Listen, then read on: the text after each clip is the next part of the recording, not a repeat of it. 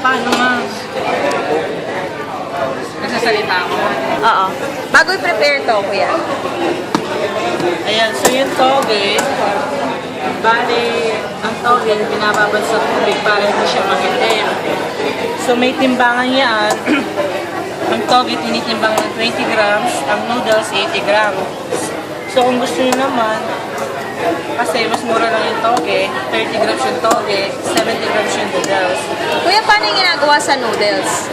So, ang noodles kasi bibilin nyo dyan, dry noodles pa. So magpapakulo kayo ng 15 minutes, tapos saka nyo ilagay pag kulo-kulo na yung noodles, tapos halo-haloyin nyo para maging ganito siya. 15 minutes? 15 minutes. Tapos dito kasi, luto na yung noodles natin, so yung toge na lulutuin, para iinitin na lang siya. So dito lulutuin niya, 2 to 3 minutes na lang. Kasi luto naman yung noodles. Bali 30 grams na toge at saka 70 grams yung noodles, so 100 grams lang. Okay.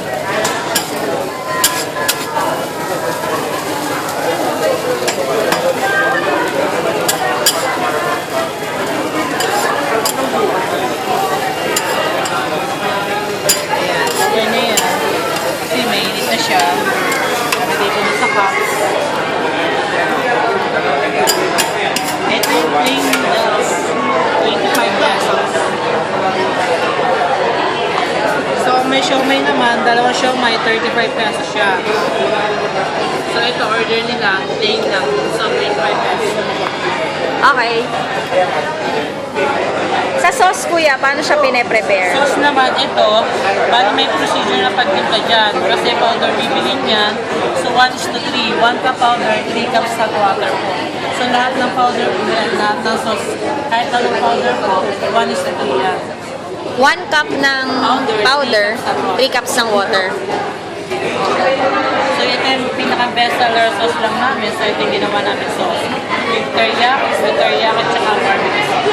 Okay. Pag naman meron tayong, like for example, yung pork teriyaki at saka chicken teriyaki, gaano kadami yung grams niya? At saka paano mag-prepare? So, yung chicken at saka pork, bali bibiling dyan, hilaw pa siya, buo pa. So, para ipiprito mo siya sa konting mantika, tapos pag naluto na siya, hiwa-hiwain siya para medyo maliit siya.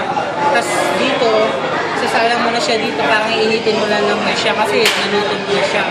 So, ito naman pati per order, 1 peraso. Yung egg, 1 peraso.